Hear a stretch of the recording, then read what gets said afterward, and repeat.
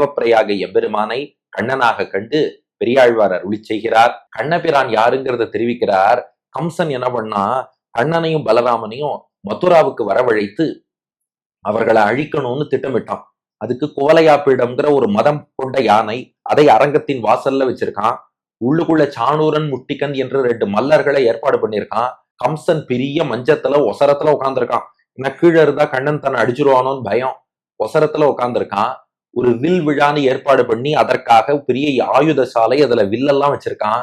இப்போ கண்ணன் மதுராவுக்குள்ளே நுழைந்தான். நுழைந்ததும் என்ன பண்ணான், அதே வரிசையில அருளி செய்கிறார் பெரியாழ்வார். இப்ப அப்படியே பாட்டுக்கு வாங்கோ.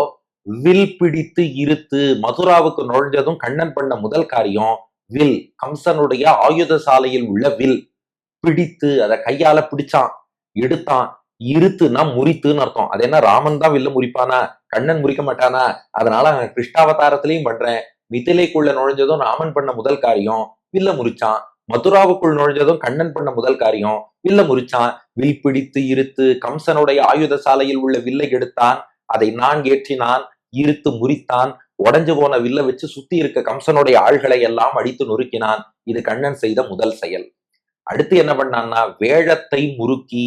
கம்சன் கோலையாப்பிடம்ங்கிற யானை, அத மல்யுத்த அரங்கத்தின் வாசல்ல நிறுத்தியிருக்கான். வேழம்னா யானைன்னு அர்த்தம். வேழத்தை, அந்த யானை என்ன பண்ணான்னா முறுக்கி. முறுக்கின்னா இந்த இடத்துல பங்கப்படுத்தின்னு அர்த்தம், ட்விஸ்ட் பண்ணின்னு அர்த்தம் இல்ல.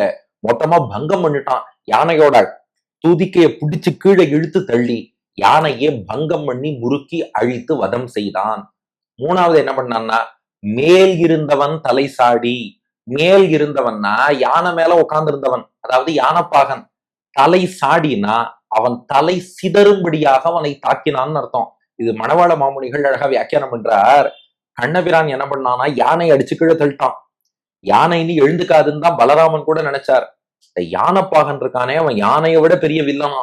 அவன் என்ன பண்ணா, வேழத்தை முறுக்கின்னு கிருஷ்ணன் கீழே தள்ளியிருக்கான் பாருங்க. அதை எழுப்பி திரும்ப கிருஷ்ணனை தாக்கவான்னு அழிச்சுன்னு வரான். கிருஷ்ணன் அடிச்சு கீழே தள்ளினா மறுபடியும் அவன் எழுப்பி அழிச்சுன்னு வரான். கண்ணன் பார்த்தான், இது யானையை அடிச்சு பிரயோஜனம் இல்ல, இவனைத்தான் முதல்ல அடிக்கணும். அதனால மேல் இருந்தவன், மேல உட்காண்டிருந்தானே, அவன் தலை சாடி அவனுடைய தலைய மொத்தமா அடிச்சு சதற பண்ணிட்டான். அவனும் போயிட்டான், யானையும் அழிந்தது. அப்ப விற்பிடித்து இருத்து வேழத்தை முறுக்கி மேலிருந்தவன் தலை சாடி. வில்ல முறிச்சான், யானையை அடிச்சான், மேல இருந்த பாலகனுடைய தலையையும் உடைத்தான். அடுத்து என்ன பண்ணான்னா, மற்பொருது. மல் பொருதுங்கிறதா மற்பொருதுன்னு இருக்கு. மல்லுனா மல்லர்கள். சாணூரன் முட்டிக்கன் 2 மல்லர்கள். அரங்கத்துக்குள்ள நுழையறான் கண்ணபிரான். சாணூரனுக்கும் கண்ணனுக்கும் போர், முட்டிக்கனுக்கும் பலராமனுக்கும் போர். அந்த யுத்தம் நடக்கிறது.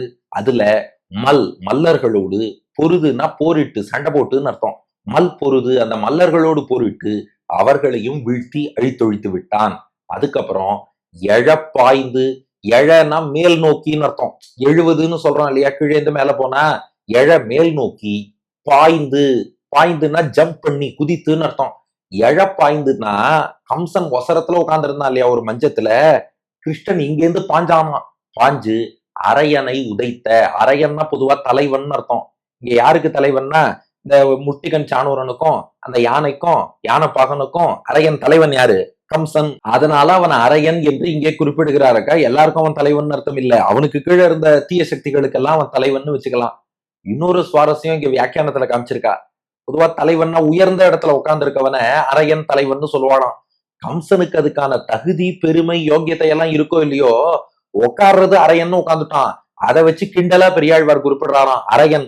அந்த அரையனை உதைத்த. கண்ணன் இங்கேருந்து பாஞ்சான், அங்க போய் ஒரு உதைச்சான். அவ்வளவுதான், அதோடு கம்சனும் முடிஞ்சு போயிட்டான்.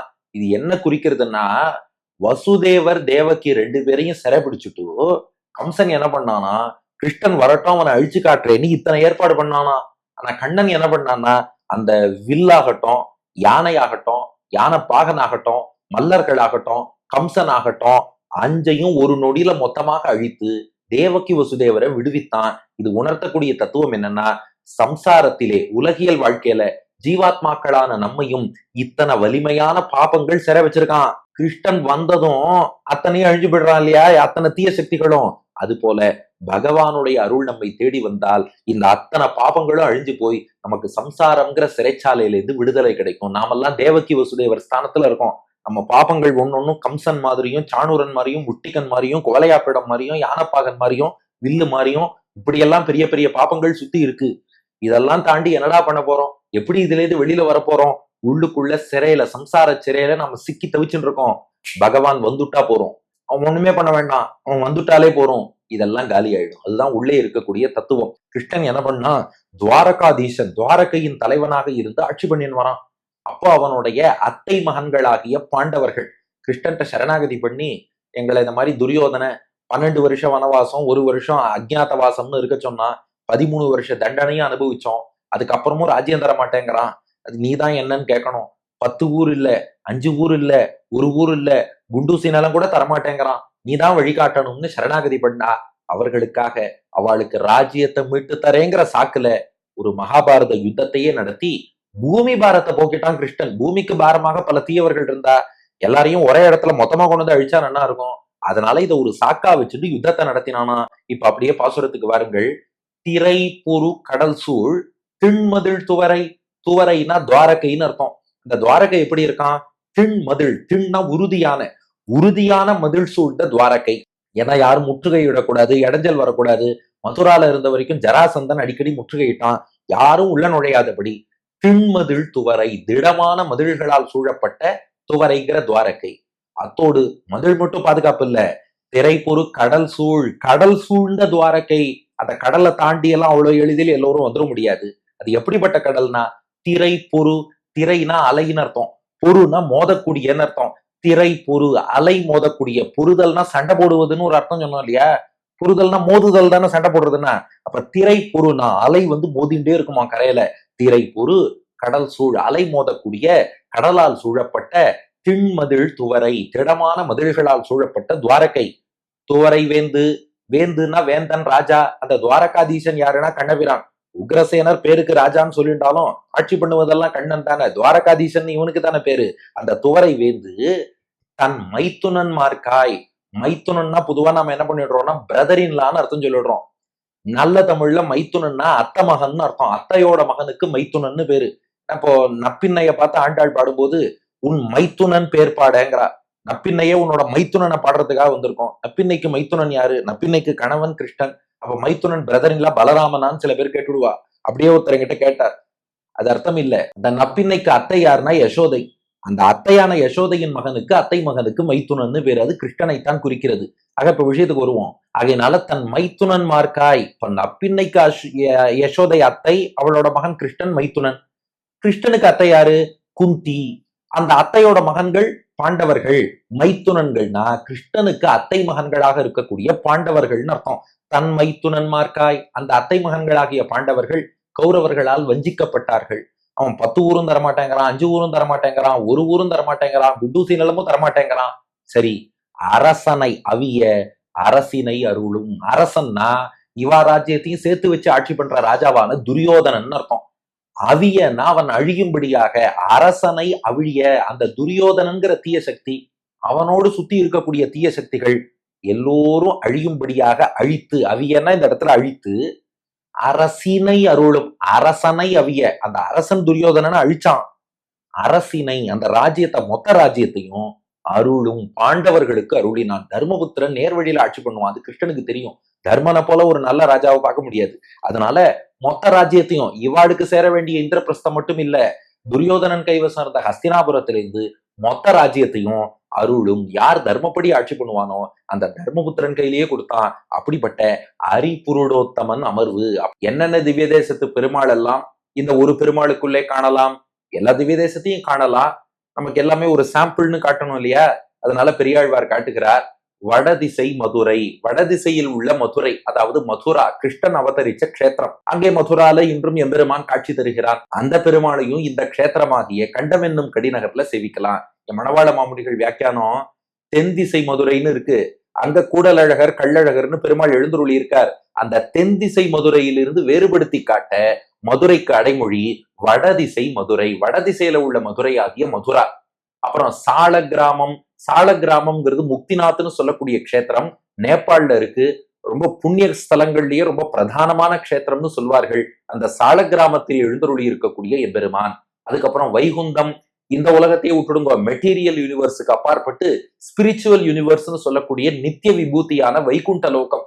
அங்கே எழுந்தருளி இருக்கக்கூடிய வைகுண்டநாதன்.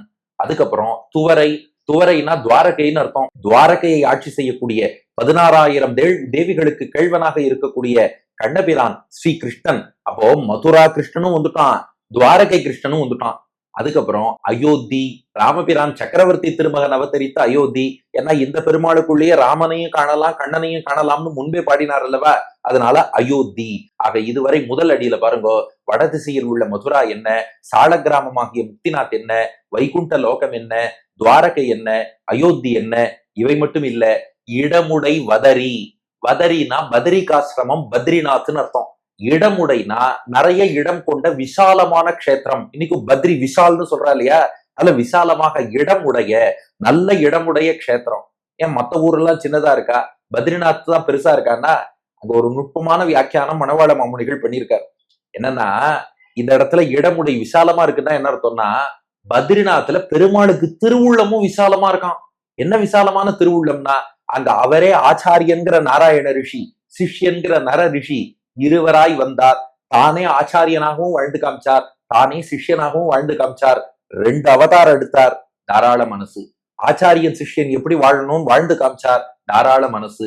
8 எழுத்து மந்திரம் திருமந்திரத்தை உபதேசம் பண்ணார், தாராள மனசு. அதனாலதான் அடைமொழி இடமுடைன்னு.